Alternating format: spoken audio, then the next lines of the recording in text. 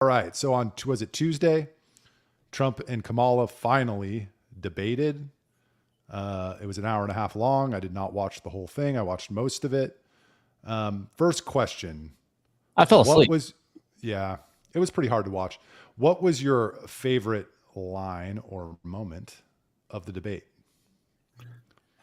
Mine was, "They are eating the dogs." A line that has never been and probably never will be used in a presidential debate ever again. Well, there's not going to be a third, so because Trump already said no to that. Maybe he'll change his mind, but if they do it, I bet he'll bring it up again. That was my favorite moment because it was absolutely it was just so random. And they're eating the cats, they're eating the dogs. Why is that your favorite line, Charles? Because it's absolutely random, and it even if you believe, and this is for a separate segment, obviously, but even if you believe that's the case, it didn't fit in that part of the debate. It was just very random, and it was a random outburst. I guess my second favorite not part. Random though. We're gonna get to the cats. We're gonna get to the cats, Brad. Right. I'm just saying, in that segment, they were talking about something totally different, and they just kind of came out of nowhere, and it caught everybody off guard. I don't know if it caught you guys off guard, it certainly caught me off guard. And then my other part was when I thought, well, I don't know if we're going to talk about who we think won, but okay, so then I'll wait. Okay, I'm going to show you my favorite moment of the debate, because this was my favorite moment, and I think it's hilarious. She doesn't have a plan. She copied Biden's plan. And it's 4 sentences, run, spot, run. 4 sentences that are just, we'll try and lower taxes. She doesn't have a plan. Take a look at her plan. She doesn't have. Run, spot, run was my favorite moment of the debate. The gift that keeps on giving. Now, okay, we'll get to the meat of it though. I just thought that was hilarious that was in the lead up. So he started, I thought, strong, and then that was literally in the first 2 minutes. That line. And then they served her up the abortion question, and she kind of kicked his butt on that one, and then he kind of went downhill from there. But I'll hold my opinions about what happened, and we'll start with Charles. Who won the debate? What the fuck is happening right now? You skipped over Brad. I mean, are you a host or are you an asshole? Am I right? The two aren't mutually exclusive. That's true. That's true. I know. I'm just a little me just waiting here. Brad, I'm so sorry. Thank you. I would pat you on the butt if I was near you. Okay, Joe. What was your favorite moment, Brad? Oh, the whole thing was so much fun. I think it was kind of fun when he was in Minnesota. She went out. Wait a minute. I'm talking now. Look how sassy. If you don't mind, please. Does that sound familiar? She went out. In Minnesota, she went. Familia. I liked how sassy he was there. If he was more sassy the whole time, I think it would have been a better performance by him. But he sounded real angry the whole time. If you're talking about pure style points, I think that he was. The content, obviously, I think that he did a much better job. There was a lot that they didn't talk about that I think that they should have. I don't know, the fucking national debt, that sort of stuff. But if you're just talking about style, and as Mike Cernovich is railing at people online right now, I guess I'm being a theater kid, whatever, right? But on style, I think that he could have done a little bit better. But I like the little sass. The style. The question is who we thought won. Is that where we're at now? Oh, now we're back to okay. What? Well, I didn't know. I mean, are we skipping? Okay, that's fine. Go ahead. Skipping what? Nothing. Now we're talking about who we thought won. Okay. I think on content, Trump won, but I think no one pays attention that closely to content on a debate. I think Kamala won because she was, even though she never answered a question, she masterfully dodged each question, and she was successfully able to knock him off of his game every time. There was one question that she was asked, and I don't think she had a good answer for it. So then she started bringing up crowd size, and then he just went off on crowd size. your ego can't be so big that you get distracted arguing about crowd size when you're trying to make an argument about policy. And I think she was able to do that. And she knows, I think everybody knows that's a weakness of his, and she exploited it, and he didn't keep it under control.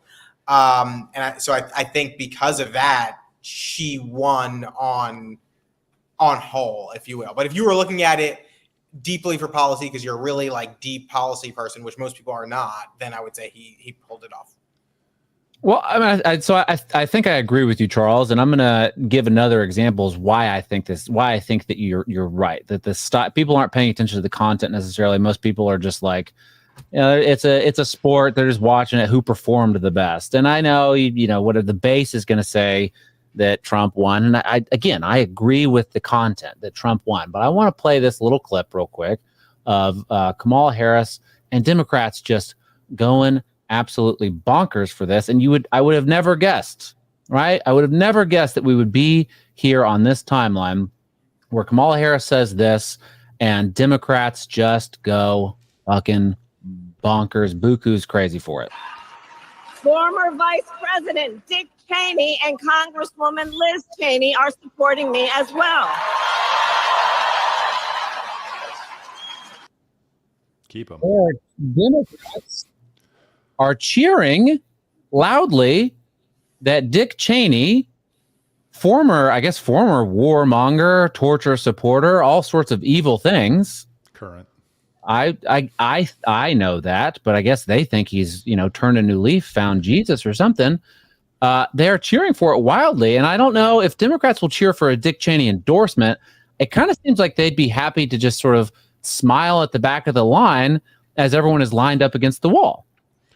No, they're the pro-war party. That's what you're missing. I know I'm not missing that, Michael. I love war. I get it, but there was a time in American politics that I think we all agree that it existed where Dick Cheney was literally the devil. Yeah. There was a time in American politics with Marco Rubio was the devil, where Mitt Romney was the devil, where John McCain was the devil. This is a different level. I don't know. I mean, those are some of the most milquetoast individuals I haven't met. But Dick Cheney's not milquetoast. Like they were calling him all sorts of awful things. And I think it's a great example of this is just, it's all about party and not about content. Yep. It's all about the figurehead and not about content. It's about style, not content. Right.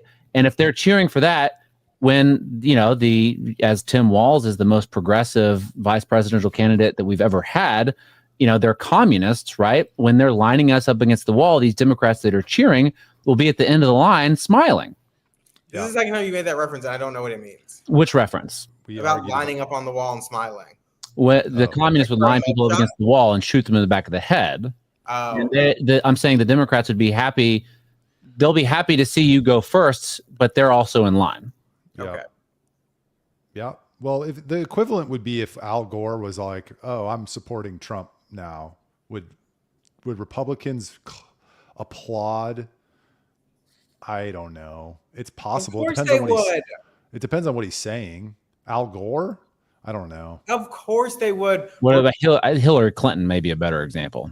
Of course they would do that too. Everybody was sharing wildly the photo of Biden wearing the Trump hat 2 days ago. Like, oh, right. That was just was kind of a joke, right? Yeah. I mean, yes, he didn't obviously endorse him, but that is not good for your brand nonetheless. And everybody's like, oh, look at this. They would eat anything up of a Democrat endorsing him because it just doesn't matter as long as it's in support of a certain person. Similarly, on the other side, they don't care what that person previously believed. The Democrats don't care that Anthony Scaramucci was whatever he was for Trump and is now supporting Kamala. They like that he's supporting Kamala. And at the end of the day, that's all that matters. He was the press secretary for a week, I think, or less than a week. Big Bitcoin guy. Gotta like him. Okay, so you don't have to like him. Please don't like him. Yeah, he's brain dead on Kamala Harris, but that's okay. We can't all be perfect.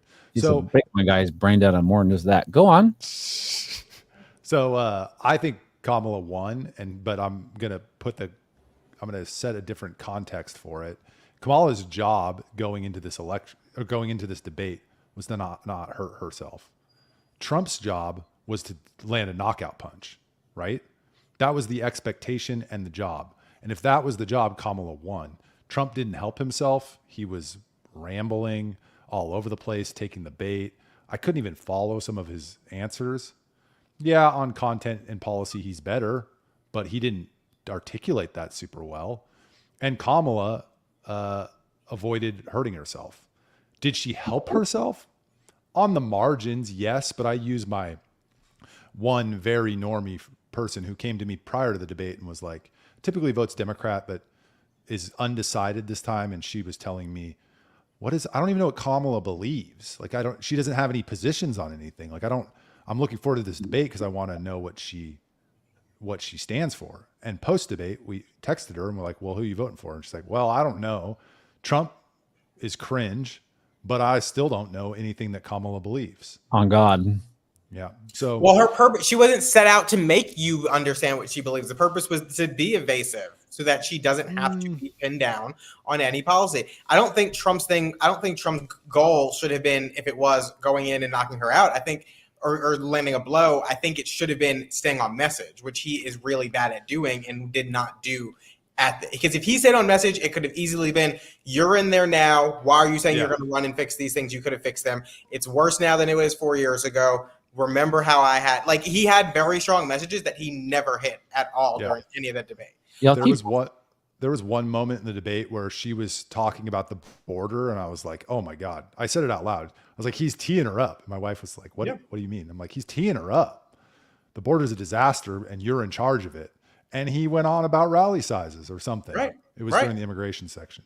So yeah, lots of missed opportunities. I think it has impact on the margins. I think she's going to get a bump in the polling, but in the long run, I don't think it's going to have an impact. So there's still a long way to go.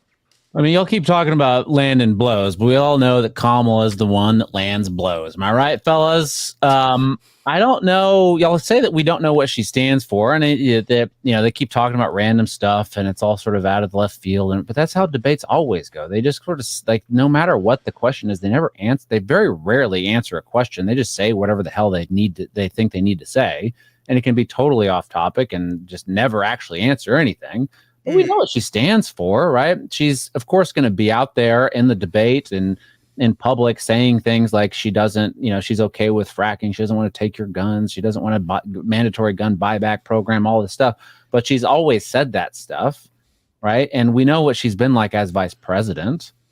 She's not out there saying Joe Biden's doing a bad job. She's saying Joe Biden's doing a great job. How dare he drop out of the race and, let this coup succeed? She's fine. This is what she wants. We know what she wants. She's not going to be different. She's going to be, it's progressivism, right? They're going to progress. They're not going to pause. It's going to get worse. Well, that's my question. You seem to be saying two things at the same time. One, is she a progressive that's going to take people's guns and all and ban fracking and all the things you just mentioned? Or is she going to be more of the same? Those aren't the same thing. Yes, it's progressivism, and progressivism progresses somewhere. It's not going to just stop. And this is stuff that this is where it leads. This is the direction that the party and progressivism has been going for quite some time. And seems to have successfully accelerated some things, right? The border's wide the fuck open. We don't have one. You can't have an open border and also a border at the same time. Right. And that's what she believes. Will she succeed and get a mandatory gun buyback program? I don't know, but that's what she wants. Yeah. Silence. That's exactly correct. Well, yeah. I mean, go on. You're splitting hairs there. Oh, fuck you. You're saying, yeah, she wants these things, but she's not going to get them. So I didn't say she's not going to get them. I said that she wants these things and she's going to try to make progress on them because she's a progressive, and that's the progressive platform, right? Whether it's out in the open or not, that's the progressive platform. Will she succeed in the ultimate goal of no one owning guns? I don't know, but she's probably going to try. I just fundamentally disagree with that's their platform. That's the things they talk about to keep you mad at them and arguing with the left about stuff. And their platform is actually just establishment, war, corporatism. Oh, yeah. Good one, Charles. Well, big no, tech. I mean, it's true, because why do you think you have so many progressives in the Democratic Party who hate all of their elected officials? Because they don't do those things ever. They get elected and they're middle of the road. Y'all are describing what politicians do. They need some, like the abortion thing was never going to get solved, like for the longest time, because they needed something to run on. They needed a platform. They needed a campaign slogan. The abortion thing's different because when you look at, say, the state of Texas, who they ran on banning abortion for a long time, when they got the opportunity, they moved as close to it as they could. I don't see many Democratic states moving as far as they could to these progressive policies. Sure, California, but now you have Newsom who's signing executive orders getting rid of camping and all these other things because they didn't work, and because they didn't work. What? Do you think that they're changing it because it didn't work? They care about the success? No, I'm saying they don't work. I don't think that is what he genuinely believes, but they acquiesce to that progressive portion of the base. And so now they're trying to tow themselves back to where they actually are. Why do you think the base is always so upset with them, even in places like Michigan? I don't know. Are they upset with him? They're shifting their politics based on the circumstances that they think will help them get elected and keep power. But their objective in power is not to advance progressive policies. It's to maintain the status quo with a little progression. I agree. I mean, it's not the status, like what's happening today is not what was happening in the 90s or the 80s. Like there's progress happening all the time, and it may not be at the pace that is, you're going to get whiplash from, but it's happening. It's not the status quo. Again, silence. Thank you so much. Because we all said, we argued it, and I don't have anything else to fight back with because you don't. Exactly, because I won. Go ahead. Will there be another debate? Yes, no. Probably not. Charles? No. Trump seems to be, he said no, and he seems to be he likes to stick to his guns when he says no to debate. I'm going to be contrarian and say yes. Oh, wow. Why? Because you both said no. Oh, fuck you. I think we're going to have the vice presidential debate, and then I think that'll be it. Man. So is I don't even know when the vice presidential debate is.